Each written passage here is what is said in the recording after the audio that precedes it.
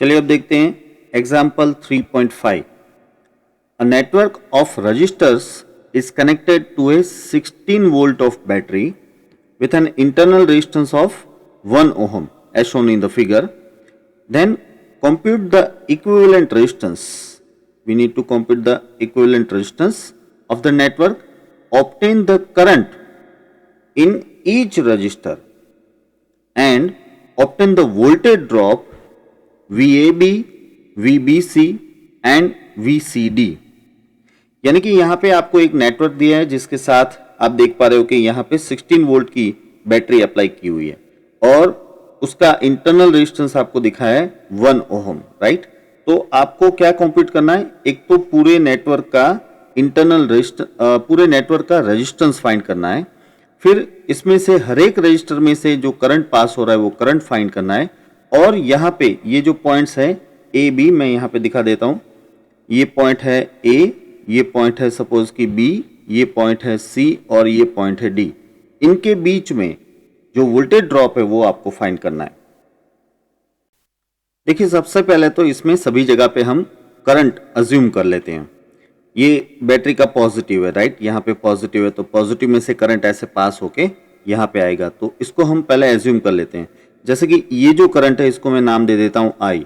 अब ये करंट यहाँ पे दो पार्ट में डिवाइड हो जाएगा, तो मैं इसको नाम दे सकता हूँ लेटर से कि I1 एंड I2 करके, ऐसे, ठीक है। अब ये दोनों I1 और I2 यहाँ पे मिलके वापस क्या बन जाएंगे, I बन जाएंगे। यहाँ भी क्या होगा, I ही रहेगा, तो ये हो जाता है वापस I, यहाँ भी I और यहाँ पे वापस इसका डिवीजन हो जाएगा। तो मैं यहाँ पे ऊपर जो करंट है उसको I3 नाम दे देता हूं और जो नीचे का है उसको I4 नाम दे देता हूं, राइट।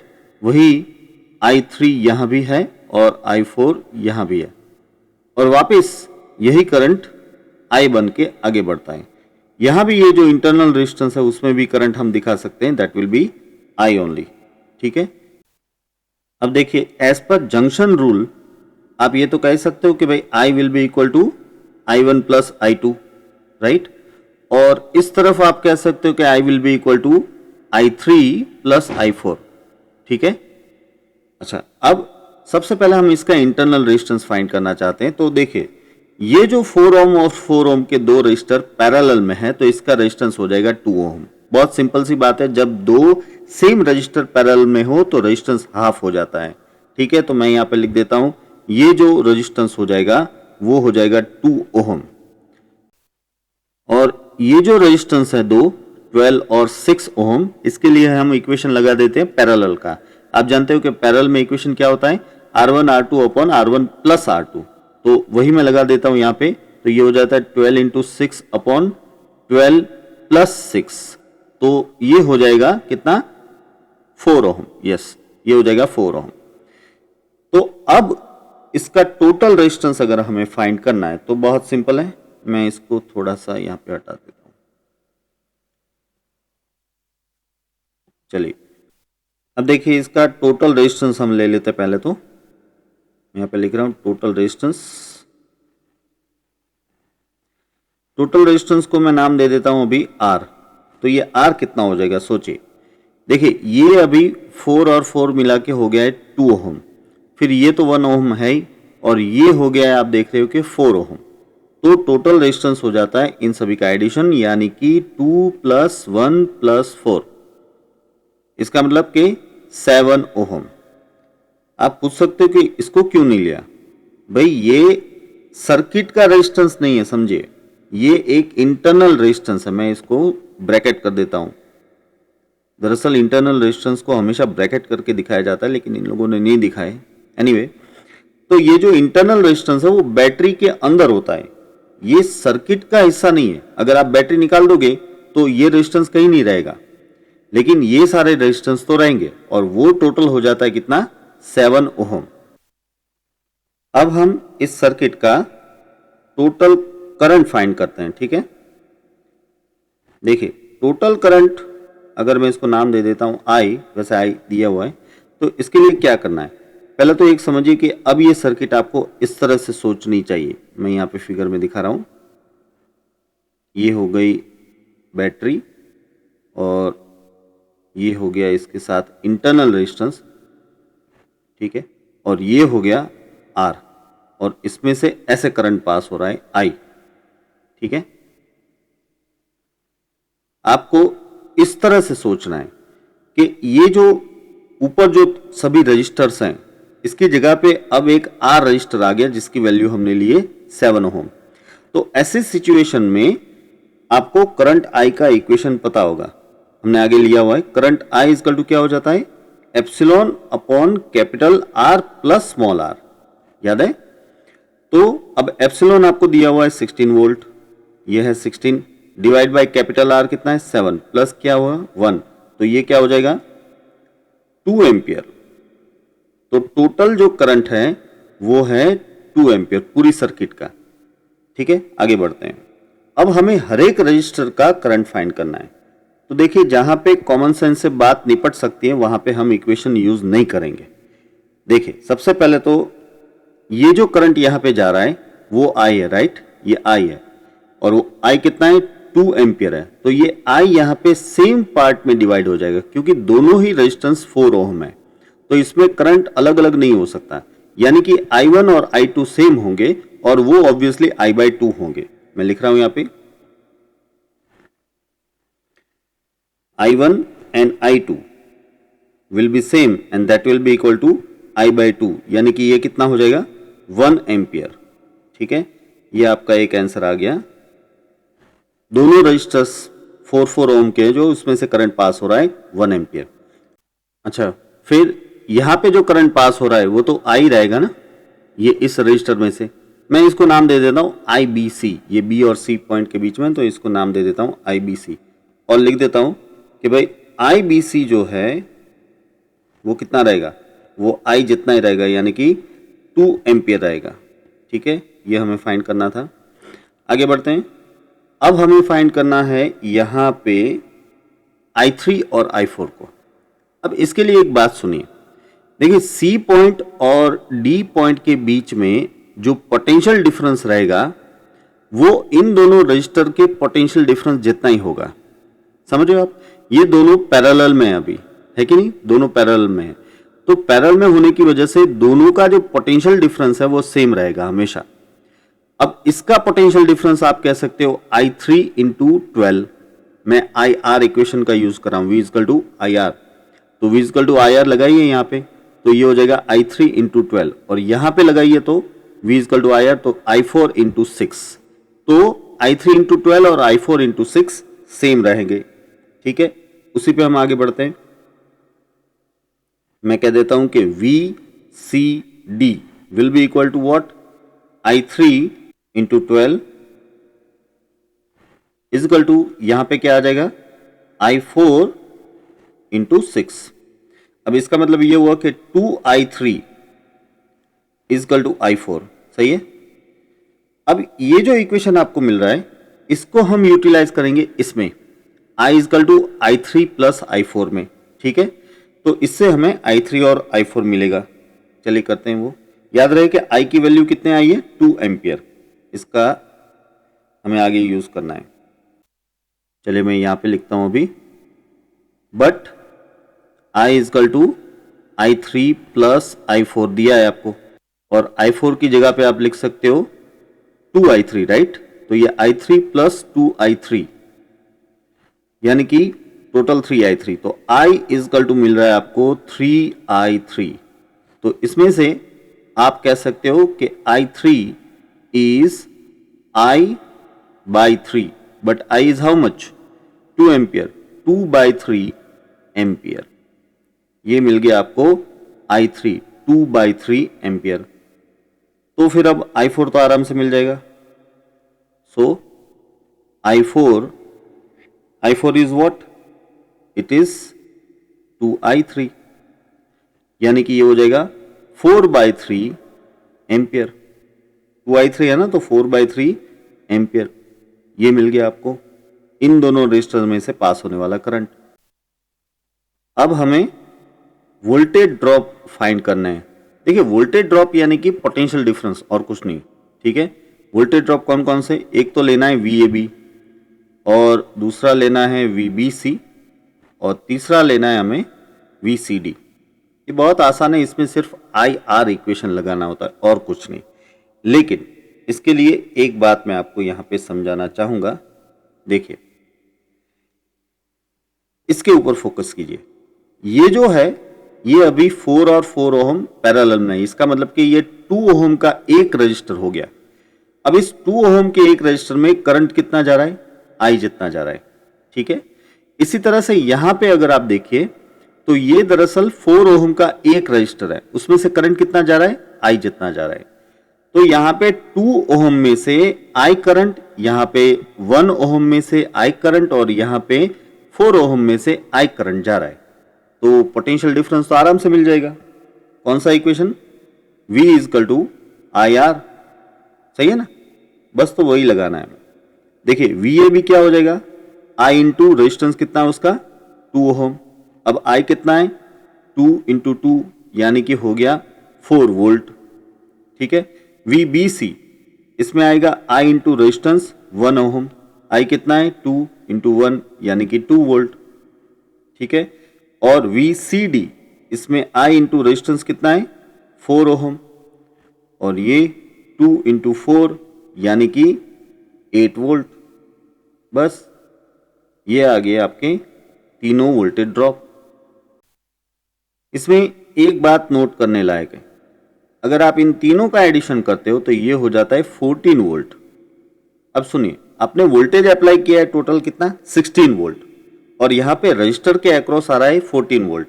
इसका मतलब ये हुआ कि जो 2 वोल्ट का वोल्टेज ड्रॉप है वो इंटरनल रेजिस्टेंस के अक्रॉस होगा, समझ रहे हो? तो मैं यहाँ पे ये भी लिख देता हूँ, ये वैसे मांगा नहीं है, हम लिख रहे हैं सिर्फ कि V एट इंटरनल रेजिस्टेंस, ऐसे लिख रहा हूँ। V at internal resistance will be equal to what? I into small r। अब I है 2, स्मॉल r आपको पता है कि 1, स्मॉल r यानी इंटरनल रेजिस्टेंस 1, तो ये हो गया 2 वोल्ट।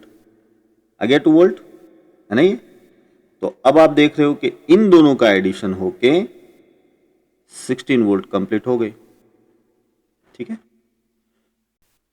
चलिए अब देखते हैं example 3.6। A battery of 10 volt and a negligible internal resistance is connected across a diagonally opposite corners of a cubical network consisting of 12 resistors, each of resistance 1 ohm. Determine the equivalent resistance of the network and current along each edge of the cube. चलिए अब देखिए, इसमें ये figure देखनी पड़ेगी आपको यहाँ पे। अब इस फिगर में आप देख पा रहे हो कि ये रजिस्टर का पूरा एक नेटवर्क बना के दिया गया है, मीन्स के एक पूरा क्यूब बना है और इसके साथ 10 वोल्ट की बैटरी अप्लाई की है। यहाँ पे जो रजिस्टर यूज किए सभी का रेजिस्टेंस 1 ओम है, ऐसा आपको कह दिया है। तो आपको एक तो ये कि यहाँ से लेके पॉइंट ए से लेके ये जो पॉइंट है C डैश, वहां तक का रेजिस्टेंस फाइंड करना है। देखिए पॉइंट ए पे बैटरी का एक कनेक्शन और पॉइंट C डैश पे बैटरी का दूसरा कनेक्शन है, तो इन दोनों के बीच का रेजिस्टेंस फाइंड करना है और हर एक एज में से पास होने वाला जो करंट है वो करंट कितना होगा ये आपको फाइंड करना है। अब सबसे पहले तो काम ये कर लेते कि हम इसमें करंट लिख लेते हैं। देखिए हर एक एज का करंट हम लिख लेते हैं। अब इसमें ये देखिए आप, यहां से जो मेन करंट जा रहा है, जो बैटरी में से करंट जा रहा है, उसको हम वैसे I नाम दे सकते हैं, लेकिन एक बात समझिए आप, यहां से ये 3 पार्ट पड़ रहे हैं, 3 पार्ट हो रहे हैं, देख रहे हैं आप। और ये तीनों के तीनों पार्ट में जो रेजिस्टेंस का पाथ है वो सेम रहेगा, समझिए आप। यहां से करंट ऐसे जाएगा, ऐसे जाएगा, ऐसे जाएगा, या फिर करंट ऐसे जाएगा इस तरह, या फिर करंट इस तरह से जा सकता है, जाना तो उसको C डैश पॉइंट पे ही है, ठीक है। या फिर करंट यहां से ऐसे जा सकता है, और ऐसे भी सोच सकते हो आप, यहां से ऐसे जा सकता है और या फिर यहां से ऐसे जा सकता है। अब आप देखिए तीनों के तीनों जो पाथ है वो आइडेंटिकल पाथ है और उसमें जो रेजिस्टेंस आ रहा है वो भी आइडेंटिकल है। देखिए पाथ आइडेंटिकल होना यानी कि अगर आप यहां से जाते हो तो आपको पहले 1 ओम का रेजिस्टेंस, फिर 1 ओम, फिर 1 ओम ऐसे मिल रहा है। अगर आप ऐसे जाते हो तो भी आपको 111 मिल रहा है, आप यहाँ से जाते हो तो भी आपको 111 मिल रहा है, आप यहाँ से जाते हो तो भी आपको 111 मिल रहा है, और इवन यहाँ भी आपको 111 और यहाँ भी 111 ओहम ही मिल रहा है। तो इसका मतलब ये पाथ आइडेंटिकल है। अगर पाथ आइडेंटिकल है तो ये जो करंट यहाँ से जाएगा वो 3 सेम पार्ट में डिवाइड हो जाएगा। इसलिए अगर मैं यहाँ पे I करंट लूंगा तो यहाँ पे मुझे I/3 लिखना पड़ेगा। इससे बेटर है कि मैं यहाँ पे 3I ले लूँ, ठीक है। अगर मैं यहाँ पे 3I करंट लिखता हूँ तो ऑब्वियसली 3 पार्ट हो जाएंगे इसमें, और यहाँ पे मैं लिख पाऊंगा कि भाई ये करंट I, ये करंट भी I और ये करंट भी हो गया I। इन लोगों ने गलती से रेजिस्टेंस को I बता दिया है। एनीवे, अब ये करंट I हो गया। अब देखिए यहां पे जो I करंट आ रहा है वो यहां पे हाफ हो जाएगा, ठीक है, I/2। ऑलराइट, देखिए एक बात याद रखिए कि आपको चेक करना पड़ता है हमेशा कि पाथ आइडेंटिकल रह रहा है कि नहीं। अगर यहां से ऐसे जाते हो या फिर यहां से ऐसे जाते हो तो दोनों पे आपको 1 ओहम के रजिस्टर मिल जाते हैं, इसलिए ये पाथ जो है आइडेंटिकल है। ऐसा नहीं होता कि भाई यहाँ एक रजिस्टर है और यहाँ एक रजिस्टर है तो हमेशा करंट हाफ हो ही जाएगा। नो, यहाँ पे अगर एक रजिस्टर है जो कि 1 ओम है, यहाँ पे एक रजिस्टर है जो कि 1 ओम है, लेकिन इसके बाद अगर चेंज हो जाता है, यहाँ पे 3 ओम है और यहाँ पे माना कि 10 ओम है, तो ये पाथ आइडेंटिकल नहीं रहते हैं। लेकिन इस केस में आइडेंटिकल है तो मैं इस करंट I का 2 पार्ट यानी कि I/2 सोच सकता हूं। ऐसा ही यहां से आप देखिए तो ये करंट भी 2 पार्ट में डिवाइड हो जाएंगे, तो इसको भी मैं कह सकता हूं ये हो जाएगा I/2 और ये भी हो जाएगा यहां पे I/2, राइट। ये दोनों ही पाथ यहां भी सेम है तो I/2 करंट हम ले सकते हैं। चलिए यहां पे देखिए तो ये भी हो जाएगा I/2 और ये भी हो जाएगा I/2। ऑलराइट, अब आगे बढ़ते हैं। देखिए ये पूरी जो प्रोसेस मैं आपको समझा रहा हूं इसको याद रखिए। ये न्यूमेरिकल अपने आप में करंट कैसे डिसाइड करना उसको समझाने के लिए बहुत ही बेहतरीन न्यूमेरिकल है। चलिए अब देखिए ये करंट यहां पे जा रहा है I/2, ये यहां पे जा रहा है I/2, यानी कि ये हो जाएगा I। तो मैं लिख देता हूं यहां पे ये हो गया I। सेम यहां भी सोचिए, देखिए ये जा रहा है I/2, ये जा रहा है I/2, तो ये क्या हो जाएगा I। और यहां भी देखिए ये जा रहा है I/2, ये जा रहा है I/2, तो यहां पे क्या हो जाएगा I। तो मैं यहां भी लिख देता हूं I, यहां भी लिख देता हूं I। अब ये तीनों I मिलके वापिस यहां पे क्या बना देंगे 3I। ऑलराइट, तो ये मैंने सभी जगह पे सभी एजेस पे जो करंट है वो लिख दिया। अब हमें इसका जो टोटल रेजिस्टेंस फाइंड करना है इसकी एक मेथड समझ लीजिए। देखिए एक बात तो आपको क्लियरली दिख रही है कि इस पूरे नेटवर्क में कुछ भी सीरीज और कुछ भी पैरेलल नहीं है। आप कहो कि भाई ये 2 सीरीज है, नहीं, ऐसे नहीं कह सकते आप, क्योंकि सीरीज कनेक्शन में कहीं भी ब्रांच नहीं पड़ती। अब आप देखिए यहां से ये 2 ब्रांच बन गई, अगर 2 ब्रांच बन रही है तो ये दोनों को सीरीज नहीं कह सकते आप, ठीक है। वैसे ही कोई भी 2 रजिस्टर पैरेलल नहीं है, आप कहो कि ये और ये दोनों पैरेलल नहीं है, क्योंकि बीच में यहाँ पे ये 2 रजिस्टर आ गए, तो ये पैरेलल नहीं कह सकते आप, ठीक है। तो ना तो कुछ पैरेलल है ना तो कुछ सीरीज है, इसलिए सीरीज और पैरेलल के इक्वेशन तो यहाँ पे चलेंगे नहीं। तो अब क्या किया जाए, अब इसमें यूज करते हैं हम किरचॉफ्स का सेकंड लॉ यानी कि लूप रूल, ठीक है। अब लूप रूल को अप्लाई करने के लिए सबसे पहला काम तो आपको ये करना पड़ेगा कि आपको एक लूप चूज करना पड़ेगा, ठीक है। तो इसके लिए मैं एक लूप चूज कर रहा हूं, मैं यहां पे लिख लेता हूं। देखिए मैं लूप चूज कर रहा हूं A dash D dash C dash और फिर ये बैटरी E और वापस आ रहा हूं मैं A पे। देखिए मैं यहाँ पे फिगर में दिखा रहा हूं, मैं यहाँ पे ऐसे A से A डैश पे जाऊंगा, फिर A डैश से D डैश पे जाऊंगा, फिर D डैश से C डैश पे जाऊंगा और फिर इस पाथ पे से ऐसे ये बैटरी में से होते हुए यहां पे यानी कि वापस A पॉइंट पे आऊंगा, ठीक है। तो मैंने ये पूरा लूप कंप्लीट कर लिया, मैं यहां से निकला और यहां पे होते हुए ऐसे मैंने ये लूप कंप्लीट किया। आप दूसरा कोई भी लूप चूज कर सकते हो। ये किर्चॉफ सेकंड लॉ यानी कि लूप रूल जो है, इसका फायदा ये है कि आप चाहो तो ऐसा ऐसा लूप भी ले सकते हो। आप यहाँ से ऐसे गए, फिर यहाँ गए, यहाँ गए, यहाँ गए और यहाँ से आ गए, ऐसे भी ले सकते हो। लेकिन इसमें आपको ध्यान ये रखना है कि आपको बाहर से तो एक बार पास होना ही, यानी कि इस बैटरी में से तो एक बार पास होना ही है, क्योंकि मुझे ये जो टोटल करंट है ना 3i, वो 3i को कंसिडरेशन में लेना है। इसलिए आपको एटलीस्ट बाहर से एक बार तो पास होना ही, ऐसा ही लूप चूज करना है। मीन्स मैं ये कह रहा हूं कि आप यहाँ पे ये जो इंटरनल लूप है, जैसे कि ये भी एक लूप हुआ, तो ये नहीं ले सकते आप। ऑलराइट, ऐसा क्यों, ये भी आप थोड़ी देर में समझ जाओगे। चलिए अब हम बात कर रहे हैं इस पर्टिकुलर लूप के लिए, A dash D dash C dash E A loop. अब इसके लिए हम सेकंड लॉ यानी कि लूप रूल लगा रहे हैं। तो क्या करेंगे आपको पता है, आपको ए से ट्रैवल शुरू करनी है और वापस ए पे ही आना है, लेकिन इस दौरान जितने भी पोटेंशियल के डिफरेंसेस आते हैं वो आपको नोट डाउन करते जाने हैं।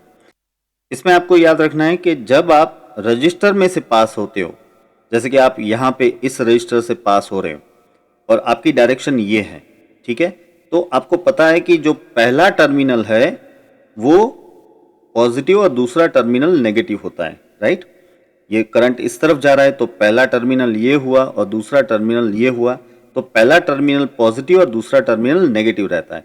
इस वजह से जब आप ऐसे पास होते हो तब पोटेंशियल डिफरेंस डिक्रीज होगा, माइनस आएगा, है ना। तो हमें माइनस IR लेना होता है। अब इस बात को इजी करने के लिए मैं आपको एक दूसरी बात समझाता हूं। ये बात याद रखना कि करंट की डायरेक्शन में अगर आप जा रहे हो तो -IR लो, लेकिन अगर करंट की अपोजिट डायरेक्शन में आप आ रहे हो तो आप नेगेटिव से पॉजिटिव आ रहे हो, तो आप ऐसे में +IR ले सकते हो, समझ रहे हो। अगर आपकी ट्रैवल करंट की डायरेक्शन में है तो -IR, करंट की अपोजिट डायरेक्शन में है तो +IR। ये बात याद रखना, लूप रूल आपको बहुत जगह पे यूज करना पड़ेगा और उसमें ये एक चीज ही सबसे इंपॉर्टेंट होगी। करंट की डायरेक्शन में -IR, करंट की अपोजिट डायरेक्शन में +IR। चलिए अब यहां से जब आप जा रहे हो ए से लेके ए डैश पे, तो आप लोगे -IR, ठीक है। अब R तो आपको पता है 1 ओम है, तो मैं लिख देता हूं 1 ओम।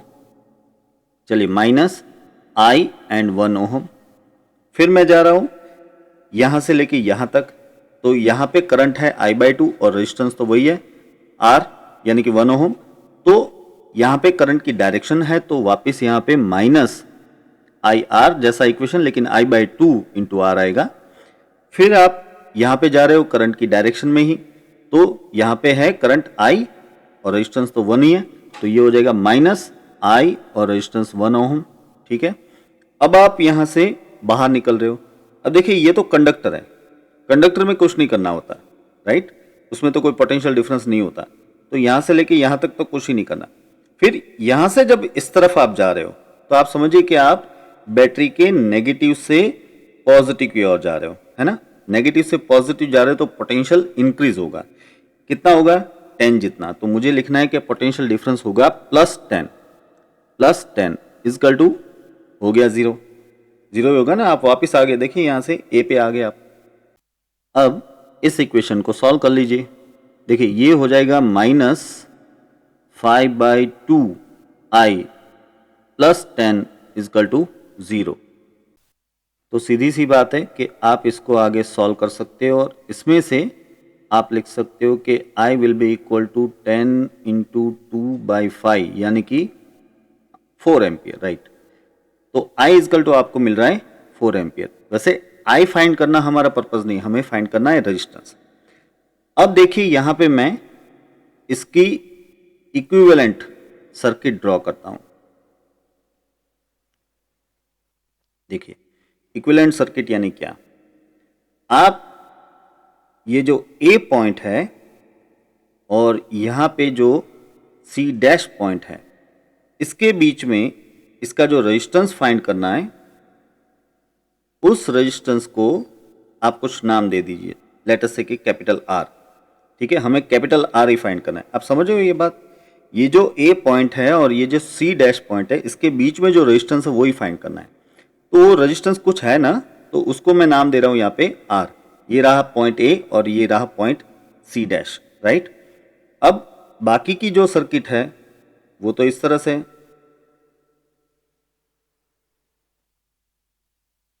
इस तरह से। ये 10 वोल्ट की बैटरी है यहाँ पे, ठीक है। और इसमें से जो करंट पास हो रहा है ये 3I है, याद रखना 3I। तो फिर ये जो इक्विवेलेंट रेजिस्टेंस हम सोच रहे हैं उसमें से भी 3I करंट ही पास होता ना, ठीक है। अब आप इस पर्टिकुलर सर्किट के लिए ये जो हमने इक्विवेलेंट रेजिस्टेंस के साथ ड्रॉ किए उस सर्किट के लिए ओम्स लॉ अप्लाई कर सकते हैं। तो ओम्स लॉ के मुताबिक रेजिस्टेंस R इक्वल टू क्या हो जाता है, V अपॉन I।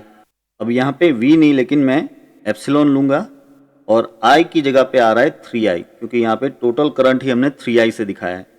अब देखिए इसमें से R क्या हो जाता है, देखिए एप्सिलॉन कितना है 10 और ये 3I हमने ले लिया है कितना है 4, राइट। तो फिर इसमें से आपको रेजिस्टेंस मिल जाएगा R इक्वल टू, आप सोचिए कितना हो जाएगा, ये 5/6 ओम। ये हो गया रेजिस्टेंस R। यानी कि ये जो नेटवर्क हमें दिया है उसके जो दो डायगोनल पॉइंट्स हैं, कौन से A और C डैश, इसके बीच का ये रेजिस्टेंस आपको मिल गया 5/6 ओम। चलिए अब देखते हैं example 3.7। Determine the current in each branch of this network shown in the figure. आपको यहाँ पे ये एक नेटवर्क दिया है और इसकी हर एक ब्रांच पे यानी कि हर एक ऐसी लाइन पे आपको जो करंट है वो फाइंड करना है। यहाँ पे एक देखिए आप चीज़ के दो बैटरी यूज़ की है, एक 10 वोल्ट है और एक 5 वोल्ट है, ठीक है। अब सबसे पहले आपको जब भी नेटवर्क दिया जाए तो आपको उसके करंट डायरेक्शन के साथ शो कर देने होते हैं। यहाँ पे तो ये शो किया हुआ है लेकिन दरअसल आपको इस तरह से दिया नहीं जाएगा, आपको करंट शो करना पड़ेगा। आपको सिर्फ ब्लैंक नेटवर्क दिया जाएगा और उसमें रजिस्टर्स बताए जाएंगे, बैटरी कितनी है वो बताई जाएगी, लेकिन करंट शो नहीं किया होगा। तो करंट हमें हमेशा शो करना होता है। अब इसमें करंट की डायरेक्शन शो करने में या उसका नाम रखने में आपको कोई चिंता करने की जरूरत नहीं। आप कुछ भी नाम रख सकते हो और किसी भी डायरेक्शन में करंट शो कर सकते हो। अगर आपने शो की हुई करंट की डायरेक्शन सही है तो जब आप उस करंट को फाइंड करोगे तो वो पॉजिटिव आएगा। लेकिन अगर गलती से आपने करंट की डायरेक्शन अपोजिट ले भी ली है तो जो करंट आपने अपोजिट लिया है उसकी वैल्यू माइनस आएगी। तो समझ लेना कि आपने जो डायरेक्शन चूज की थी उसके अपोजिट डायरेक्शन में दरअसल करंट जा रहा है। लेकिन आपको कभी डायरेक्शन के बारे में वैसे भी पूछा नहीं जाएगा, आपको तो सिर्फ करंट की वैल्यू के बारे में पूछा जाएगा। तो वो आपको वैसे भी मिल ही जाएगा चाहे किसी भी डायरेक्शन में आपने करंट दिखाया हो। अब यहाँ पे एक बात सुनिए, एक है आपके पास 10 वोल्ट और एक है आपके पास 5 वोल्ट की बैटरी। तो ऑब्वियस सी बात है कि 10 वोल्ट की बैटरी के मुताबिक करंट पास होने की पॉसिबिलिटी ज़्यादा है। तो मैं पहले तो 10 वोल्ट में से ये पॉजिटिव से करंट बाहर की ओर दिखाता हूँ, इसको मैं नाम दे रहा हूँ I1। फिर यहाँ से इसके दो डिवीज़न हो जाएंगे, एक हो जाएगा इस तरफ I2। ये I1 में से एक डिवीज़न गया I2, तो इसको मैं नाम दे देता हूँ I1 माइनस I2। वैसे आप I3 भी कह सकते हो लेकिन I3 होगा क्या, वो I1 माइनस I2 ही होगा ना। तो मैं यहाँ पे लिख देता हूँ I1 माइनस I2। अब ये करंट I1 माइनस I2 यहाँ तक गया और ये करंट I2 यहाँ तक गया, ठीक है। अब यहाँ पे देखिए ये जो बैटरी है 5 वोल्ट की उसके पॉजिटिव में से भी करंट ऐसे दिखा देते हैं हम। यहाँ पे इन लोगों ने पॉजिटिव शो नहीं किया है, जस्ट मैं लिख देता हूँ। चलिए अब देखिए, तो इसके पॉजिटिव में से मैं करंट दिखा देता हूं जैसे कि I3। अब समझिए ये I3 और यहां से आ रहा है I2, तो ये दोनों मिलके इस तरफ जाएंगे, ठीक है। कभी यहां पे सामने करंट तो आ नहीं सकता।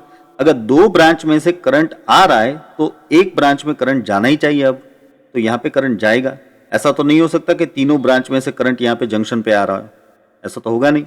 इसलिए अगर ये दो ब्रांच से करंट यहाँ पे आ रहा है तो अब यहाँ से जाना चाहिए।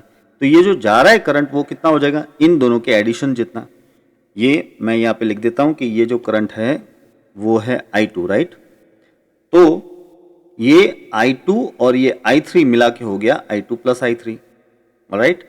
अब समझिए आपने यहाँ पे I1 दिखाया था ना, तो इस पूरी ब्रांच में I1 ही रहेगा क्योंकि यहाँ पे दूसरी कोई ब्रांचिंग नहीं पड़ रही, ये पूरी एक ही लाइन हो गई। तो यहाँ भी I1, यहाँ भी I1 ही होगा, समझे आप। तो अगर यहाँ पे इस तरफ I1 है, मैं लिख देता हूँ जरा इसको कि ये जो करंट है वो I1 है, ठीक है।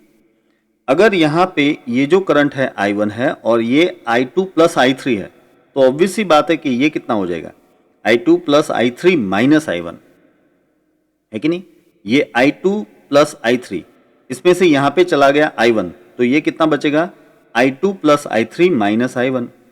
अब यहाँ से आ रहा है I1 माइनस I2, यहाँ से आ रहा है I2 plus I3 minus I1, ये मिला के बन जाएगा I3। वैसे भी अगर यहाँ पे I3 जा रहा है तो यहाँ पे I3 ही आना चाहिए, ठीक है। अब देखिए यहाँ पे टोटल 3 ऐसे करंट हैं जो कि अननोन है, आप देख रहे हो, एक है I1, दूसरा है I2 और तीसरा जो है वो है I3, ठीक है। तो हमें 3 करंट फाइंड करने हैं, तो हमारे पास 3 इक्वेशन होने चाहिए। अगर 3 इक्वेशन चाहिए तो हमें 3 अलग अलग लूप पसंद करके उसमें किरचॉफ सेकंड लॉ लगाना चाहिए, यानी कि लूप रूल जो है वो लगाना चाहिए। तो मैं इसके लिए एक तो ये लूप ले लूँगा, देखिए ये एक लूप ले लेंगे हम, ठीक है। ये जो लूप है इसको मैं नाम दे देता हूँ, ये है A, D, C और A, ठीक है। दूसरा लूप जो है वो मैं ये ले लेता हूँ ऐसे, ये लूप, इसका जो नाम है वो है AB और CA, ठीक है। इसमें डायरेक्शन इंपॉर्टेंट नहीं है, आप इस डायरेक्शन को ऐसे लो या फिर ऐसे लो, उससे कोई फर्क नहीं पड़ता। और तीसरा लूप जो मैं ले रहा हूँ वो मैं ऐसे ले रहा हूँ, यहाँ से ऐसे करके ऐसे, ठीक है। ये जो लूप है इसका मैं नाम लिख देता हूँ, ये है B, C, D और ये एप्सिलॉन जो बैटरी है वो, और वापस B पे। तो हम इन 3 लूप के लिए किरचॉफ सेकंड लॉ अप्लाई करेंगे और 3 इक्वेशन बनेंगे। उन 3 इक्वेशन से सॉल्व करके हम करंट फाइंड करेंगे। चलिए हम शुरू करते हैं सबसे पहले ADCA लूप के लिए किरचॉफ सेकंड लॉ, ठीक है। अब देखिए पहले मैं यहाँ से ऐसे जाऊँगा, यहाँ से ऐसे और ऐसे आऊँगा, ठीक है। इस दौरान रजिस्टर में से पास होते हुए आपको याद रखना है कि अगर आप करंट की डायरेक्शन में जा रहे हो तो नेगेटिव IR, और करंट की अपोजिट डायरेक्शन में जा रहे हो तो पॉजिटिव IR। अब देखिए पहले तो हम यहाँ से पास होंगे, तो ये करंट की डायरेक्शन में है और करंट है I1 माइनस I2 और रेजिस्टेंस है 4 ओहम।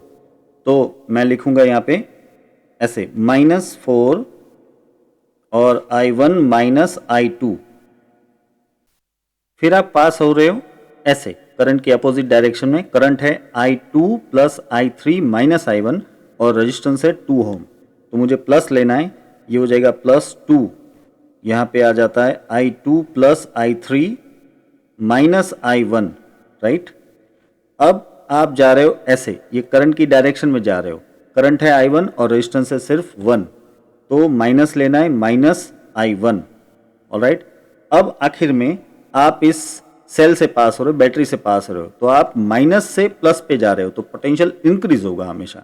कितना इंक्रीज होगा, 10। तो ये लिखेंगे हम +10, +10 इजकल टू हो गया 0। अब इसको सॉल्व करेंगे हम, तो हमें मिल जाएगा ये -7I1 फिर +6I2, ठीक है, और +2I3 और ये +10 तो ऐसे ही पड़ा है, इजकल टू 0, ऑलराइट। तो इस तरह का इक्वेशन हमें मिल रहा है। इसको थोड़ा सा और भी सिंप्लीफाई कर सकते हैं, लेकिन वो बाद में करेंगे। अभी हम ये जो हमारा दूसरा लूप है ABCA लूप, उसके लिए आगे बढ़ते हैं। देखिए मुझे ABCA इस लूप पे जाना है। अब यहाँ पे करंट की डायरेक्शन में जा रहा हूँ, तो मैं लिखूंगा -4I2। आई होप कि अब आप समझ गए हो, तो मैं शॉर्ट में सीधा समझा रहा हूँ आपको। फिर आप यहाँ से पास हो रहे हो, तो ये आप करंट की डायरेक्शन में जा रहे हो, तो आप लिखोगे -2, रेजिस्टेंस 2 है और करंट है I2 प्लस I3, राइट। फिर आप यहाँ पे अंदर जा रहे हो इस तरफ, और वो भी करंट की डायरेक्शन में है, तो ये आप लिख पाओगे क्या, -I1, राइट, +10 इजकल टू 0। इसको भी सॉल्व करके हम लिख सकते हैं, ये हो जाता है -I1 और ये -6i2 और ये -2i3 प्लस 10 इजकल टू 0। चलिए अब आ जाते हैं हम हमारे तीसरे लूप के ऊपर। देखिए तीसरा लूप जो लेना है हमें ऐसे इसमें ट्रैवल करना है, ठीक है, ऐसे। तो यहाँ पे करंट की डायरेक्शन में आप जा रहे हो तो आप क्या लिखोगे इसके लिए, आप लिखोगे -2 into bracket i2 plus i3, right. फिर आप यहाँ से जा रहे हो, यहाँ पे ये करंट है और ये है रेजिस्टेंस, करंट की डायरेक्शन में जा रहे हो तो माइनस लिखोगे आप, यहाँ पे जगह नहीं नीचे लिख रहा हूँ मैं, -2 ये हो जाता है i2 plus i3 minus i1, ठीक है। फिर अब कोई रजिस्टर नहीं है लेकिन अब आप यहाँ से जा रहे हो, बैटरी में से पास हो रहे हो, तो बैटरी में ये देख रहे हो आप कि आप नेगेटिव से पॉजिटिव की ओर जा रहे हो तो पोटेंशियल इंक्रीज होगा, कितना, 5 जितना। तो आपको लिखना है +5 ऑल इजकल टू 0, राइट। अब इस इक्वेशन को हम सॉल्व कर लेते हैं तो हमें ये मिल जाएगा, क्या मिलेगा, ये मिलेगा माइनस माइनस प्लस 2i1, फिर -4i2 और फिर -4i3 इजकल टू -5 या फिर +5 इजकल टू 0। तो इस तरह से हमें 3 लूप के लिए 3 इक्वेशन मिल गए और ये जो 3 इक्वेशन है ना, उसी से हमें हमारा आगे का जो पूरा प्रॉब्लम है वो सॉल्व करना है, यानी कि करंट i1, i2 और i3 को लेना है। तो इसलिए मैं ये 3 इक्वेशन जो है उसके डुप्लीकेट्स यहाँ पे ले लेता हूँ ताकि हम इसको आगे यूज़ कर पाएँ।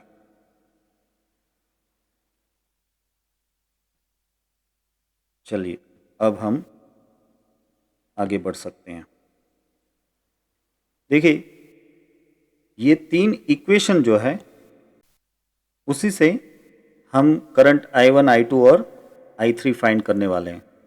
तो मैं इसको नंबर दे देता हूँ, ये है इक्वेशन फर्स्ट, ये है सेकंड और ये है थर्ड, ओके। अब सबसे पहले मैं ये जो इक्वेशन हमारे पास है 1 और 2, इनको मैं ऐड करता हूँ, इनका मैं समेशन लेता हूँ। तो ऐसे में आपको जो इक्वेशन मिलेगा वो ऐसे मिलेगा, देखिए ये हो जाएगा -8i1, ठीक है, +0 +0 +20 इजकल टू 0। इसका मतलब कि 8i1 इज हाउ मच, 20। तो फिर आप कह सकते हो कि i1 is how much, that will be 5/2 ampere, right. तो ये आ गया पहला करंट i1। अब मैं इस i1 की वैल्यू और दूसरे इक्वेशंस को यूज़ करके फर्दर वैल्यूज़ फाइंड करता हूँ। देखिए सबसे पहले मैं ये करना चाहूँगा कि ये जो इक्वेशन 2 है ना, उसको मैं मल्टीप्लाई कर देता हूँ 2 से और फिर इसको मैं सब्ट्रैक्ट करूँ, इसमें से मैं सब्ट्रैक्ट करूँगा इक्वेशन 3। इक्वेशन 2 को मल्टीप्लाई करूँगा मैं 2 से और उसमें से 3 को सब्ट्रैक्ट करूँगा तो क्या मिलेगा ये आप देखिए। देखिए पहले तो -2i1 यानी कि ये -4i1 मिलेगा, ठीक है। फिर -12i2 और माइनस माइनस प्लस 4i2 यानी कि ये मिल जाएगा आपको 8 और ये i3 वाली टर्म पूरी कैंसिल हो जाएगी यानी कि ये मिल जाएगा 0 और 20 - 5 यानी कि 15 इजकल टू 0 ऐसे मिलेगा। अब इसमें भी i1 की वैल्यू तो आप पुटअप कर ही सकते हो, तो ये हो जाएगा -4 5/2 -8i2 and is equal to -15, right. इसको सॉल्व करके आप ऐसे लिख पाओगे -8i2 इजकल टू ये 10 इस तरफ आ गया तो -5 यानी कि आपको मिल रहा है i2 इजकल टू 5/8 एम्पियर आ गया करंट i2। अब ये i1 और i2 इन दोनों को हम यूज कर सकते हैं किसी भी इक्वेशन में, जैसे कि मैं इसको डाल देता हूं इक्वेशन नंबर 2 में, तो हमें i3 मिल जाएगा, ठीक है। अब मैं लिख रहा हूं कि फ्रॉम इक्वेशन नंबर 2। देखिए इक्वेशन 2 में मैं क्या लिख सकता हूँ, एक तो है -I1 यानी कि -5/2, फिर -6I2 यानी कि -6 और I2 यानी कि 5/8, फिर -2I3, I3 हमें फाइंड करना है, एंड इजकल टू -10। ठीक है, तो अब इसको सॉल्व कर लीजिए आप, तो ये हो जाएगा 2I3 इज इक्वल टू -5/2 और ये हो जाएगा -15/4, राइट, एंड +10, 10 को यहाँ पे शिफ्ट कर लिया मैंने। तो अब इसको अगर आप सॉल्व करते हो तो आपको I3 ऐसे मिल जाएगा, I3 विल बी +15/8 एम्पियर। तो ये मिल गया आपका तीसरा करंट I3, राइट। तो ये I1, I2, I3 तीनों पॉजिटिव आ रहे हैं, इसलिए पहली बात तो ये कि हमने जो करंट की डायरेक्शन अज्यूम की थी वो सारी डायरेक्शन सही है। ठीक है, और अब हमें हर एक ब्रांच का करंट बताना है, तो इसको हमें फिगर में साथ में लेना पड़ेगा इस तरह से। देखिए यहाँ पे हर एक ब्रांच का करंट हम लिखेंगे। सबसे पहले तो मैं लिख देता हूँ कि IAB ब्रांच।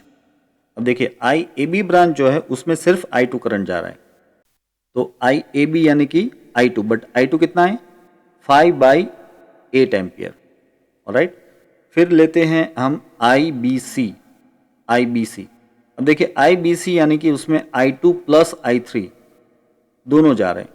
अब I2 है 5/8 और I3 कितना है 15/8, तो ये हो जाएगा 20/8 एम्पियर। ठीक है, अब मैं ले रहा हूं ICA, इसमें सिर्फ I1 करंट है और I1 है सिर्फ 5/2 एम्पियर। ठीक है, फिर ले लेते हैं हम ICD करंट। ICD में जो है 3 करंट ऐड हो रहे हैं, इसमें है I2 plus I3 minus I1, ऐसे। अब इसमें ये जो I2 प्लस I3 है वो हमें ऊपर मिल गया है IBC में। IBC is I2 plus I3 और वो हमें 20/8 मिल रहा था, तो वो 5/2 होगा, राइट। ये 5/2 एम्पियर यहाँ पे लिख देता हूँ। अब आप सोचिए कि I2 प्लस I3 5/2 और माइनस I1 भी 5/2, तो ये हो जाएगा 0 एम्पियर। यानी कि ICD आपने जो करंट सोचा था ऐसा कोई करंट होने वाला ही नहीं है, यहाँ पे दरअसल कोई करंट ही पास नहीं होगा। देखिए नेटवर्क में ऐसा होता है, किसी किसी ब्रांच में करंट ही पास नहीं होता। इसकी वजह ये रही होगी कि यहाँ पे C पे जो पोटेंशियल है और D पे जो पोटेंशियल है वो दोनों सेम हो गए, इसलिए हमने ड्रॉ तो कर लिया लेकिन पोटेंशियल का डिफरेंस नहीं है, तो इसमें कोई करंट होगा नहीं, इसलिए हमारा ये टोटल करंट जो है हमें 0 मिल रहा है। सो इट्स ओके, ऐसा होता है कि कहीं कहीं करंट 0 होता है, ये आप याद रखिएगा। चलिए आगे बढ़ते हैं। अब हमें लेना है IAD। अब IAD में जो करंट है वो है I1 माइनस I2। ठीक है, अब I1 कितना है 5/2 माइनस I2 कितना है, I2 है 5/8, तो ये हो जाएगा 15/8 एम्पियर। ठीक है, अब हम लास्ट जो करंट बाकी है वो ले लेते हैं, वो है ID एप्सिलॉन B वाला। यहाँ से ये D एप्सिलॉन B वाला जो करंट है जो कि I3 ही है सीधा, तो वो करंट है दरअसल I3, और I3 आपको पता है कि वो भी 15/8 एम्पियर है, राइट। तो इस तरह से ये टोटल 6 ब्रांचेज आप देख रहे हो, 1 2 3 4 5 और ये 6। ठीक है, इन 6 के करंट हमने यहाँ पे लिख दिए। मैं एक बार जरा इसको हाईलाइट कर देता हूँ। ये सभी ब्रांचेस के जो करंट हमें मिले वो ये है, इस तरह से। तो ये सारी ब्रांचेस के करंट मिल गए। वैसे इसमें पूछा नहीं, लेकिन इससे आगे भी क्वेश्चन इसमें पूछा जा सकता है कि आपको किसी एक पर्टिकुलर रेजिस्टेंस के अक्रॉस वोल्टेज ड्रॉप कितना है ये मांगा जाए। तो बहुत आसान है, जैसे कि इस रेजिस्टेंस के अक्रॉस अगर वोल्टेज ड्रॉप मांगा है तो ये करंट और ये रेजिस्टेंस इन दोनों का मल्टीप्लिकेशन ले लीजिए। तो इस तरह से आप किसी भी रेजिस्टेंस के across voltage drop I R equation से ले सकते हैं, लेकिन उससे पहले आपको ये सारा आई फाइंड करना पड़ेगा। तो ये हो गए हमारे इलस्ट्रेटेड न्यूमेरिकल्स। इसकी जो मेथड्स समझाई है इसको आप अच्छे से याद रखिएगा। ये मेथड जो है वो बहुत इंपॉर्टेंट है, क्योंकि हर एक तरह के नेटवर्क के क्वेश्चंस में यही मेथड यूज़ की जाएगी। किस तरह से लूप लेना है, किस तरह से करंट लेना है, किस डायरेक्शन में आप पोटेंशियल डिफरेंस पॉजिटिव लोगे, किस डायरेक्शन में नेगेटिव लोगे, ये इतनी चीज़ आपको याद रखनी है। और ये भी याद रखना है कि करंट की डायरेक्शन अगर आपने उल्टी सीधी ले ली तो कोई दिक्कत नहीं है, वो प्लस या माइनस आ जाएगा करंट, लेकिन हमें तो करंट की वैल्यू देनी होती है, तो उससे कोई फ़र्क नहीं पड़ता।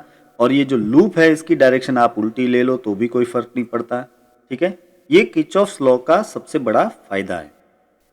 ठीक है, और साथ ही आपको बता दूं कि वैसे तो ये इलस्ट्रेटेड न्यूमेरिकल्स हैं, टेक्स्ट बुक में दिए गए हैं, फिर भी मैंने इसकी PDF की लिंक डिस्क्रिप्शन में रखी है, आप उसे डाउनलोड करके ये न्यूमेरिकल्स लिख सकते हो।